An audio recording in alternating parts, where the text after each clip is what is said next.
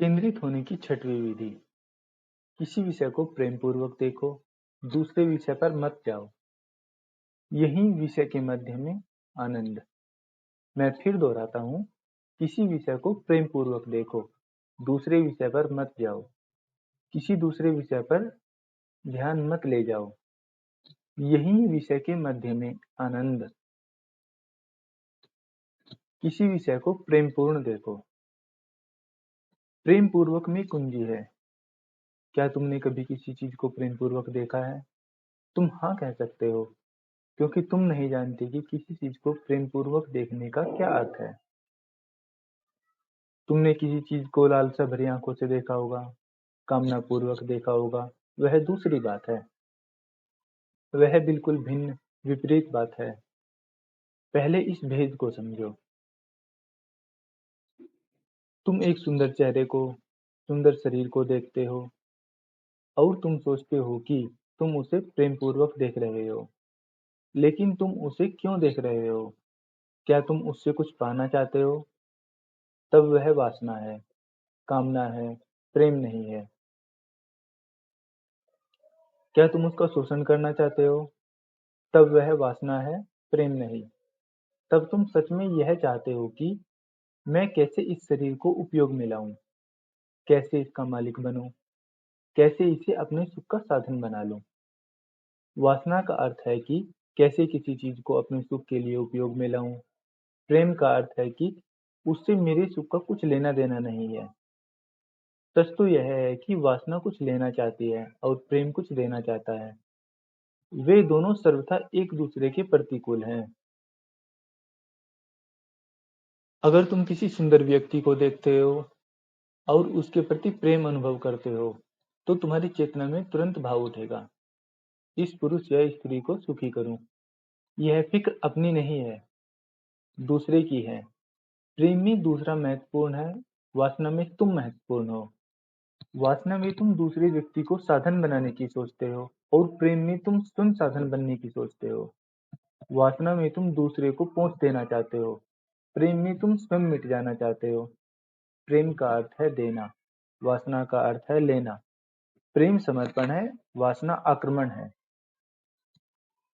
तुम क्या कहते हो? इसका कोई अर्थ नहीं है। वासना में भी तुम प्रेम की भाषा काम में लाते हो। तुम्हारी भाषा का बहुत मतलब नहीं है, इसीलिए धोखे में मत पड़ो। भीतर देखो और तब तुम समझोगे कि तुमने जीवन में एक बार भी किसी वस्तु अथवा व्यक्ति को प्रेम पूर्वक नहीं देखा है। एक दूसरा भेद भी समझ लेने जैसा है। सूत्र कहता है कि किसी विषय को प्रेम पूर्वक देखो। असल में तुम किसी पार्थिव जड़ वस्तु को भी प्रेम पूर्वक देखो तो वह वस्तु व्यक्ति बन जाती है। तुम्हारा प्रेम वस्तु को भी व्यक्ति में रूपांतरित करने की कुंजी है। अगर तुम वृक्ष को प्रेम पूर्वक देखो तो वृक्ष व्यक्ति बन जाता है। उस दिन मैं विवेक से बात करता था। मैंने उससे कहा कि जब हम नए आश्रम में जाएंगे तो वहां हर एक वृक्ष को नाम देंगे, क्योंकि हर एक वृक्ष व्यक्ति है। क्या कभी तुमने सुना है कि कोई वृक्षों को नाम दे? कोई वृक्षों को नाम नहीं देता, क्योंकि कोई वृक्षों को प्रेम नहीं करता। अगर प्रेम करे तो व्यक्ति बन जाए। जब वह भीड़ का, जंगल का हिस्सा नहीं रहा, वह अनूठा हो गया। तुम कुत्तों और बिल्लियों को नाम देते हो। जब तुम कुत्तों को नाम देते हो, उसे टाइगर कहते हो, तो कुत्ता व्यक्ति बन जाता है। तब वह बहुत से कुत्तों में एक कुत्ता नहीं रहा, अब उसको व्यक्तित्व मिल गया, तुमने निर्मित कर दिया। जब भी तुम किसी चीज को प्रेम पूर्वक देखते हो तो वह व्यक्ति बन जाती है। और इसका उल्टा भी सही है। जब तुम किसी व्यक्ति को वासना पूर्वक देखते हो तो वह व्यक्ति वस्तु बन जाता है। यही कारण है कि वासना भरी आंखों में विकर्षण होता है, क्योंकि कोई भी वस्तु नहीं होना चाहता। जब तुम अपनी पत्नी को या किसी दूसरे की स्त्री को या पुरुष को वासना की दृष्टि से देखते हो तो उससे दूसरे को चोट पहुंचती है। तुम असल में क्या कर रहे हो? तुम एक जीवित व्यक्ति को मर्त साधन में यंत्र में बदल रहे हो। ज्यों ही तुमने सोचा कि कैसे उसका उपयोग करें तो तुमने उसकी हत्या कर दी। यही कारण है कि वासना भरी आंखें विकर्षण होती हैं। कुरूप होती हैं। और जब तुम किसी को प्रेम से भरकर देखते हो तो दूसरा ऊंचा उठ जाता है, वह अनूठा हो जाता है, अचानक वह व्यक्ति हो उठता है। एक वस्तु बदली जा सकती है, ठीक उसकी जगह वैसी ही चीज लाई जा सकती है, लेकिन उसी तरह का एक व्यक्ति नहीं बदला जा सकता। वस्तु का अर्थ है जो बदली जा सके, व्यक्ति का अर्थ है जो नहीं बदला जा सके। किसी पुरुष या स्त्री के स्थान पर ठीक वैसा ही पुरुष या स्त्री नहीं लाई जा सकती। हर व्यक्ति अनूठा है, वस्तु नहीं। प्रेम किसी को भी अनूठा बना देता है। यही कारण है कि प्रेम के बिना तुम नहीं महसूस करते कि मैं व्यक्ति हूँ। जब तक कोई तुम्हें गहन प्रेम न करे, तुम्हारे अनूठेपन का एहसास नहीं होता। तब तक तुम भीड़ के हिस्से हो, एक नंबर, एक संख्या, और तुम बदले जा सकते हो। यह सूत्र कहता है किसी विषय को प्रेम पूर्वक देखो। यह किसी विषय या व्यक्ति में कोई फर्क नहीं करता, उसकी जरूरत नहीं है, क्योंकि जब तुम प्रेम पूर्वक देखते हो तो कोई भी चीज व्यक्ति हो उठती है। यह देखना ही बदलता है, रूपांतरित करता है। तुमने देखा हो या न देखा हो, जब तुम किसी खास कार को, समझो वह फिएट है, चलाते हो तो क्या होता है? एक ही जैसे हजारों हजार फिएट हैं, लेकिन तुम्हारी कार,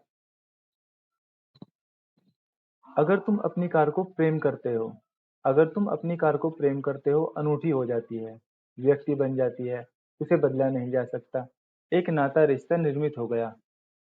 अब तुम इस कार को एक व्यक्ति समझते हो। अगर कुछ गड़बड़ हो जाए, जरा सी आवाज आने लगे, तो तुम्हें तुरंत उसका एहसास होता है। और कारें बहुत तुकन मिजाज होती हैं।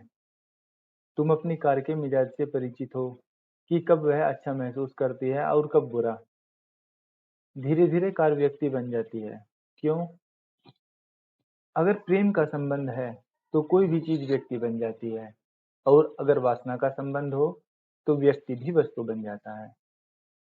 और यह बड़ा से बड़ा अमानवीय कृत्य है जो आदमी कर सकता है, कि वह किसी को वस्तु बना दे। किसी विषय को प्रेम पूर्वक देखो। इसके लिए कोई क्या करे? प्रेम से जब देखते हो तो क्या होता है? पहली बात, अपने को भूल जाओ। अपने को बिल्कुल भूल जाओ। एक फूल को देखो और अपने को बिल्कुल भूल जाओ। फूल तो है, लेकिन तुम अनुपस्थित हो जाओ। फूल को अनुभव करो, और तुम्हारी चेतना से गहरा प्रेम फूल की ओर प्रवाहित होगा। और तब अपनी चेतना को एक ही विचार से भर जाने दो कि कैसे मैं इस फूल के ज्यादा खिलने में, ज्यादा सुंदर होने में, ज्यादा आनंदित होने में सहयोगी हो सकता हूँ। मैं क्या कर सकता हूँ? यह महत्व की बात नहीं है कि तुम कुछ कर सकते हो या नहीं, यह प्रासंगिक नहीं है। यह भाव है कि मैं क्या कर सकता हूँ।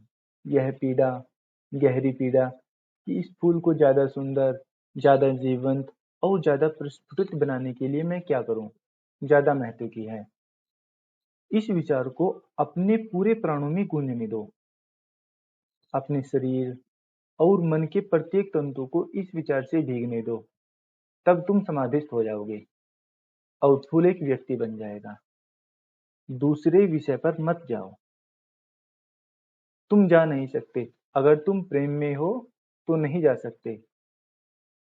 अगर तुम इस समूह में बैठे किसी व्यक्ति को प्रेम करते हो तो तुम्हारे लिए सब भीड़ भूल जाती है और केवल वही चेहरा बचता है। सच में तुम किसी और को नहीं देखते, उस एक चेहरे को ही देखते हो। सब वहां हैं, लेकिन वे नहीं के बराबर हैं। वे तुम्हारी चेतना की महज परिधि पर होते हैं। वे महज छायाएं हैं, मात्र एक चेहरा रहता है। अगर तुम किसी को प्रेम करते हो तो मात्र वही चेहरा रहता है, इसीलिए दूसरे पर तुम नहीं जा सकते। दूसरे विषय पर मत जाओ। एक के साथ ही रहो, गुलाब के फूल के साथ या अपनी प्रेमिका के चेहरे के साथ रहो, और उसके साथ प्रेम पूर्वक रहो, प्रवाहमान रहो, समग्र हृदय से उसके साथ रहो। और इस विचार के साथ रहो कि मैं अपनी प्रेमिका को ज्यादा सुखी और आनंदित बनाने के लिए क्या कर सकता हूँ। यही विषय के मध्य में आनंद। और जब ऐसी स्थिति बन जाए कि तुम अनुपस्थित हो, अपनी फिक्र नहीं करते, अपनी सुख संतोष की चिंता नहीं लेते, अपने को पूरी तरह भूल गए हो, जब तुम सिर्फ दूसरे के लिए चिंता करते हो, दूसरा तुम्हारे प्रेम का केंद्र बन गया है, तुम्हारी चेतना दूसरे में प्रवाहित हो रही है, जब गहन करुणा और प्रेम के भाव से तुम सोचते हो कि मैं अपनी प्रेमिका को आनंदित करने के लिए क्या कर सकता हूँ, तब इस स्थिति में अचानक यही विषय के मध्य में आनंद, अचानक उप उत्पत्ति की तरह तुम्हें आनंद उपलब्ध हो जाता है। तब तुम अचानक केंद्रित हो गए। और यह बात विरोधाभासी लगती है, क्योंकि सूत्र कहता है कि अपने को बिल्कुल भूल जाओ, आत्म केंद्रित मत बनो, दूसरे में पूरी तरह प्रवेश करो। बुद्ध निरंतर कहते थे कि जब भी तुम प्रार्थना करो तो दूसरों के लिए करो, अपने लिए नहीं, अन्यथा प्रार्थना व्यर्थ हो जाएगी। एक आदमी बुद्ध के पास आया और उसने कहा कि मैं आपके उपदेश को स्वीकार करता हूँ, लेकिन उसकी एक बात मानना बहुत कठिन है। आप कहते हैं कि जब भी प्रार्थना करो तो अपनी मत सोचो, अपने लिए कुछ मत मांगो, सदा यही कहो कि मेरी प्रार्थना में जो फल आए वह सबको मिले, कोई आनंद उतरे तो वह सब में बट जाए। उस आदमी ने कहा कि यह बात भी ठीक है, लेकिन कोई आनंद उतरे तो वह सब में बट जाए। उस आदमी ने कहा कि यह बात भी ठीक है, लेकिन मैं इसमें एक ही अपवाद करना चाहूंगा, और वह यह कि यह कृपा मेरे पड़ोसी को न मिले, क्योंकि वह मेरा शत्रु है। यह आनंद मेरे पड़ोसी को छोड़कर सबको प्राप्त हो। मन आत्म केंद्रित है। बुद्ध ने उस आदमी से कहा कि तब तुम्हारी प्रार्थना व्यर्थ है। अगर तुम सब कुछ बांटने को तैयार नहीं हो तो कुछ भी फल नहीं होगा, और सब में बांट दोगे तो सब तुम्हारा है। प्रेम में तुम्हें अपने को भूल जाना है, लेकिन तब यह बात विरोधाभासी लगने लगती है। तब केंद्रित होना कब और कैसे घटित होगा? दूसरे में समग्र रूपेण संलग्न होने से, जब तुम स्वयं को पूरी तरह भूल जाते हो और जब दूसरा ही बचता है, तुम आनंद से, आशीर्वाद से भर दिए जाते हो। क्यों? क्योंकि जब तुम्हें अपनी फिक्र नहीं रहती तो तुम खाली, रिक्त हो जाते हो। तब आंतरिक आकाश निर्मित होता है। जब तुम्हारा मन पूरी तरह से दूसरे में संलग्न है तो तुम अपने भीतर मन रहित हो जाते हो। तब तुम्हारे भीतर विचार नहीं रह जाता, और तब यह विचार भी कि मैं दूसरे को अधिक सुखी और आनंदित बनने के लिए क्या कर सकता हूँ, जाता रहता है, क्योंकि सच में तुम कुछ नहीं कर सकते। तब यह विचार विराम बन जाता है। तुम कुछ नहीं कर सकते। क्या कर सकते हो? क्योंकि अगर सोचते हो कि मैं कुछ कर सकता हूँ, तो अब भी अहंकार की भाषा में सोच रहे हो। स्मरण रहे, प्रेम पात्र के साथ व्यक्ति बिल्कुल असहाय हो जाता है। जब भी तुम किसी को प्रेम करते हो, तुम असहाय हो जाते हो। यही प्रेम की पीड़ा है, कि तुम्हें पता नहीं चलता कि मैं क्या कर सकता हूँ। तुम सब कुछ करना चाहोगे, तुम अपने प्रेमी या प्रेमिका को सारा ब्रह्मांड दे देना चाहोगे, लेकिन तुम क्या कर सकते हो? अगर तुम सोचते हो कि यह या वह कर सकते हो, तो तुम अभी भी प्रेम में नहीं हो। प्रेम बहुत असहाय है, बिल्कुल असहाय, और वह असहायपन सुंदर है, क्योंकि उसी असहायपन में तुम समर्पित हो जाते हो। किसी को प्रेम करो और तुम असहाय अनुभव करोगे। किसी से घृणा करो और तुम्हें लगेगा कि मैं कुछ कर सकता हूँ। प्रेम करो और तुम बिल्कुल असमर्थ हो। तुम क्या कर सकते हो? जो भी तुम कर सकते हो वह इतना क्षुद्र लगता है, इतना अर्थहीन, वह कभी भी पर्याप्त मालूम नहीं होता। कुछ नहीं किया जा सकता। और जब कोई समझता है कि कुछ नहीं किया जा सकता, तब वह असहाय अनुभव करता है। और जब कोई सब कुछ करना चाहता है और समझता है कि कुछ नहीं किया जा सकता, तब मन रुक जाता है, और इसी असहाय अवस्था में समर्पण घटित होता है। तुम खाली हो गए। यही कारण है कि प्रेम गहरा ध्यान बन जाता है। और सच में तुम किसी से प्रेम करते हो तो किसी अन्य ध्यान की जरूरत नहीं रही। लेकिन क्योंकि कोई प्रेम नहीं करता है, इसीलिए 112 विधियों की जरूरत पड़ी। और वे भी काफी कम हैं। उस दिन यहाँ कोई था, वह कह रहा था कि इससे मुझे बहुत आशा बंधी है। मैंने पहली दफा आपसे ही सुना है कि 112 विधियां हैं, इससे बहुत आशा होती है। लेकिन मन में कहीं न कहीं विषाद भी उठता है कि क्या कुल 112 विधियों से काम चल सकता है? अगर मेरे लिए यह सब की सब व्यर्थ हुई तो क्या होगा? क्या कोई 113वीं विधि नहीं है? और वह आदमी सही है। वह सही है। अगर ये 112 विधियां तुम्हारे काम न आ सकी तो कोई उपाय नहीं है। इसलिए उसका कहना ठीक है कि आशा के पीछे पीछे विषाद भी घेरता है। लेकिन सच तो यह है कि विधियों की जरूरत ही इसलिए पड़ती है कि बुनियादी विधि खो गई। अगर तुम प्रेम कर सको तो किसी विधि की जरूरत नहीं है। प्रेम स्वयं सबसे बड़ी विधि है। लेकिन प्रेम कठिन है, एक तरह से असंभव। प्रेम का अर्थ है अपने को ही अपनी चेतना से निकाल बाहर करना और उसकी जगह अपने अहंकार की जगह दूसरे को स्थापित करना। प्रेम का अर्थ है अपनी जगह दूसरे को स्थापित करना। मानो कि अब तुम नहीं हो, सिर्फ दूसरा है। जैसे शास्त्र कहता है कि दूसरा नरक है, और वह सही है, क्योंकि दूसरा तुम्हारे लिए नरक ही बनाता है। लेकिन शास्त्र गलत भी हो सकता है, क्योंकि दूसरा अगर नरक है तो वह स्वर्ग भी हो सकता है। अगर तुम वासना से जीते हो तो दूसरा नरक है, क्योंकि तुम उस व्यक्ति की हत्या करने में लगे हो, तुम उसे वस्तु में बदलने में लगे हो। तब वह व्यक्ति भी प्रतिक्रिया में तुम्हें वस्तु बनाना चाहेगा, और उससे ही नरक पैदा होता है। तो सब पति पत्नी एक दूसरे के लिए नरक पैदा कर रहे हैं, क्योंकि हर एक दूसरे पर मालकियत करने में लगा है। मालकियत सिर्फ चीजों की ही हो सकती है, व्यक्तियों की नहीं। तुम किसी वस्तु को तो अधिकार में कर सकते हो, लेकिन किसी व्यक्ति को अधिकार में नहीं कर सकते। लेकिन तुम व्यक्ति पर अधिकार करने की कोशिश करते हो, और उस कोशिश में व्यक्ति वस्तु बन जाता है।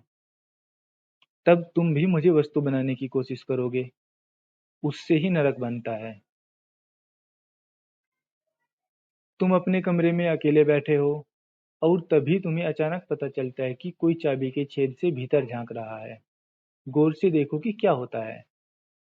तुम्हें कोई बदलाहट महसूस हुई? तुम क्यों इस झांकने वाले पर नाराज होते हो? उसने तुम्हें वस्तु में बदल दिया।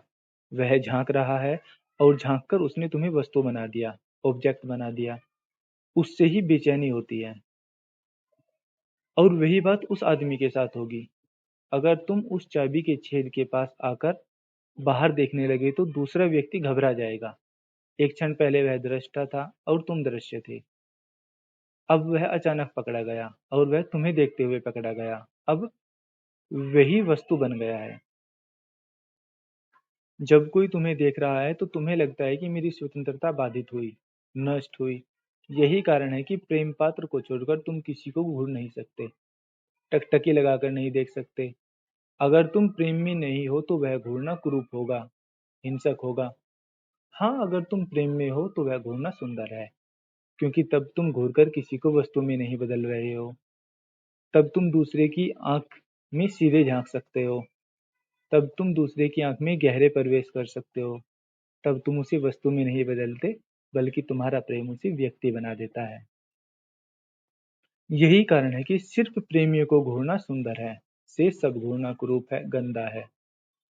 मनुष्यविद कहते हैं कि तुम किसी व्यक्ति को, अगर वह अजनबी है, कितनी देर तक घूर कर देख सकते हो, इसकी सीमा है।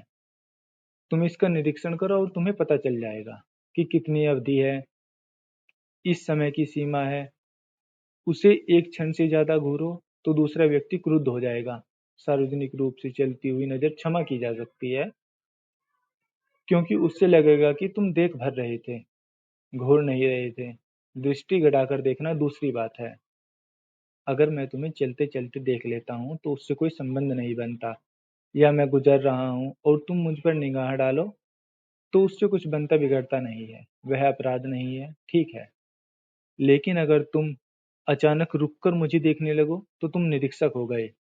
तब तुम्हारी दृष्टि से मुझे अड़चन होगी, और मैं अपमानित अनुभव करूंगा। तुम क्या कर रहे हो? मैं व्यक्ति हूँ, वस्तु नहीं। यह कोई देखने का ढंग है? इसी वजह से कपड़े महत्वपूर्ण हो गए हैं। अगर तुम किसी के प्रेम में हो तो तुम उसके सामने नग्न हो सकते हो, क्योंकि जिस क्षण तुम नग्न होते हो, तुम्हारा समूचा शरीर दृष्टि का विषय बन जाता है।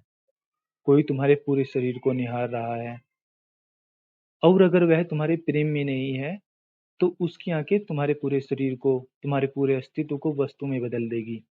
लेकिन अगर तुम किसी के प्रेम में हो, तो तुम उसके सामने लज्जा महसूस किए बिना नग्न हो सकते हो, बल्कि तुम्हें नग्न होना रास आएगा, क्योंकि तुम चाहोगे कि यह रूपांतरकारी प्रेम तुम्हारे पूरे शरीर को व्यक्ति में रूपांतरित कर दे।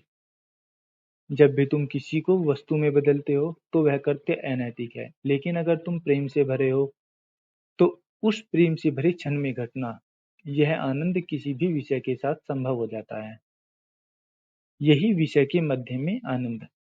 अचानक तुम अपने को भूल गए हो, दूसरा ही है, और तब वह सही क्षण आएगा जबकि तुम पूरे के पूरे अनुपस्थित हो जाओगे, और तब दूसरा भी अनुपस्थित हो जाएगा, और तब दोनों के बीच वह धन्यता घटती है। प्रेमियों की यही अनुभूति है। यह आनंद एक अज्ञात और अचेतन ध्यान के कारण घटता है। जब दो प्रेमी वहां धीरे धीरे दोनों अनुपस्थित हो जाते हों, और वहां एक शुद्ध अस्तित्व बचता है जिसमें कोई अहंकार नहीं है, कोई द्वंद्व नहीं है, वहां मात्र संवाद है, साहचर्य है, सहभागिता है। उस संभोग में ही आनंद उतरता है। वह समझना गलत है कि यह आनंद तुम्हें किसी दूसरे से मिला है। वह आनंद आया है क्योंकि तुम अनजाने ही एक गहरे ध्यान की विधि में उतर गए हो। यह तुम सचेतन भी कर सकते हो, और जब सचेतन करते हो तो तुम और गहरे जाते हो, क्योंकि तब तुम विषय से बंधे नहीं हो। यह रोज ही होता है। जब तुम किसी को प्रेम करते हो, तब तुम जो आनंद अनुभव करते हो उसका कारण दूसरा नहीं है, उसका कारण बस प्रेम है। और प्रेम क्यों कारण है? क्योंकि यह घटना है, यह सूत्र घटता है। लेकिन तब तुम एक गलतफहमी से ग्रस्त हो जाते हो। तुम सोचते हो कि ए या बै के सानिध्य के कारण यह आनंद घटा, और तुम सोचते हो कि मुझे ए को अपने कब्जे में करना चाहिए, क्योंकि ए की उपस्थिति के बिना मुझे यह आनंद नहीं मिलता। और तुम ईर्ष्यालु हो जाते हो। तुम्हें डर लगने लगता है कि ए किसी दूसरे के कब्जे में न चला जाए, क्योंकि तब दूसरा आनंदित होगा और तुम दुखी होगे। इसीलिए तुम पक्का कर लेना चाहते हो कि ए किसी और के कब्जे में न जाए। ए को तुम्हारे ही कब्जे में होना चाहिए, क्योंकि उसके द्वारा तुम्हें किसी और ही लोक की झलक मिली है। लेकिन जिस क्षण तुम मलकियत की चेष्टा करते हो, उसी क्षण उस घटना का सब सौंदर्य, सब कुछ नष्ट हो जाता है। और जब प्रेम पर कब्जा हो जाता है, प्रेम समाप्त हो जाता है, और प्रेमी सहज एक वस्तु होकर रह जाता है। तुम उसका उपयोग कर सकते हो, लेकिन फिर वह आनंद घटित नहीं होगा। वह आनंद तो दूसरे व्यक्ति के होने से आता है। दूसरा तो निर्मित हुआ था। तुमने उसके भीतर व्यक्ति को निर्मित किया था। उसने तुम्हारे भीतर वही किया था। तब कोई ऑब्जेक्ट नहीं था। तब दोनों दो जीवंत निजात थे। ऐसा नहीं था एक व्यक्ति था और दूसरा वस्तु। लेकिन ज्यों ही तुमने मालकियत की कि आनंद असंभव हो गया। और मन सदा स्वामित्व करना चाहेगा, क्योंकि मन सदा लोभ की भाषा सोचता है। सोचता है कि एक दिन जो आनंद मिला है वह रोज रोज मिलना चाहिए, इसीलिए मुझे स्वामित्व जरूरी है। लेकिन यह आनंद ही तब घटता है जब स्वामित्व की बात नहीं रहती, और आनंद दूसरे के कारण नहीं, तुम्हारे कारण घटता है। यह स्मरण रहे कि आनंद तुम्हारे कारण घटता है, क्योंकि तुम दूसरे में इतना समाहित हो गए कि आनंद घटित हुआ। यह घटना गुलाब के फूल के साथ भी घट सकती है, चट्टान या वृक्ष या किसी भी चीज के साथ घट सकती है। एक बार तुम उस स्थिति से परिचित हो गए जिसमें यह आनंद घटता है, तो वह कहीं भी घट सकता है। यदि तुम जानते हो कि तुम नहीं हो, और किसी गहन प्रेम में तुम दूसरे की ओर प्रवाहित हो जाओ, तो अहंकार तुम्हें छोड़ देता है, और अहंकार की उस अनुपस्थिति में आनंद फलित होता है।